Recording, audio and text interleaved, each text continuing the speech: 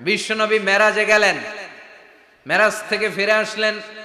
বিশ্বনবী বর্ণনা করলেন, আমি বাইতুল মাকদাস দেখেছি মাঝরাতে, লক্ষাধিক নবীকে নিয়ে নামাজের ইমামতি করেছি, 7 আকাশ দেখেছি, আল্লাহর আরশ দেখেছি, আল্লাহর সাথে কথা বলেছি, আবার ফজরের আগেই মক্কায় ফিরে এসেছি। সবাইকে খাইছে খাইছে, মুহাম্মদের মাথার তার ছিঁড়ে গেছে, নাউজুবিল্লাহ পড়ে। আবু জাহেল, উতবা, সাইবা সবাই মিলে একটা সুযোগ পেল, বলল এতদিন আমরা আবু বকররে বুঝাইতে পারি না, আজকে মুহাম্মদ যে গাঞ্জাখুরি কথা বলে এটা বললে আবু বকররে আমাদের দলে নিয়ে আসা যাবে।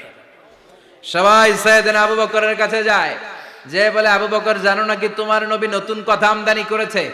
কি বলেছে আমার নবী? তোমার নবী বলে মাঝরাতে বাইতুল মাকদাস গিয়েছে। বাইতুল মাকদাসে তখন দ্রুতগামী ঘোড়া দিয়ে ছুটলেও যেতে লাগে 15 দিন। অ্যাবাউট টার্ন কাম ব্যাক, ফিরে আসতে আরো 15 দিন, মোট কয় দিন? 1 মাস। যেতে আসতে 1 মাস।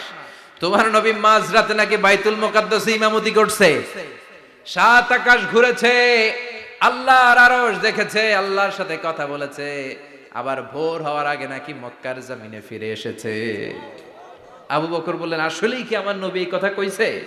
সবাই এক বাক্যে বলে, হ্যাঁ তোমার নবী মুহাম্মদ এই কথা বলেছে। আবু বকর দ্ব্যর্থহীন কণ্ঠে ঘোষণা করে দিলেন, আমার নবী যদি এই কথা বলে থাকে, আমার নবী সত্য বলেছে,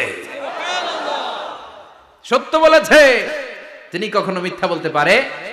বিশ্বনবী খুশি হয়ে গেলেন, সাইয়েদনা আবু বকরের জন্য দোয়া করে দিলেন, আর বললেন, আবু বকর আনতা লাস্তা আবু বকর ফাকাত, আজকে থেকে তুমি শুধু আবু বকর নও, আজকে থেকে তুমি আবু বকর সিদ্দিক। সিদ্দিক সত্য গ্রহণে, সত্য প্রকাশে, সত্য মানার ক্ষেত্রে আপোষহীন, কোনো আপোষ নাই। চিল্লায় কোন ঠিক কিনা?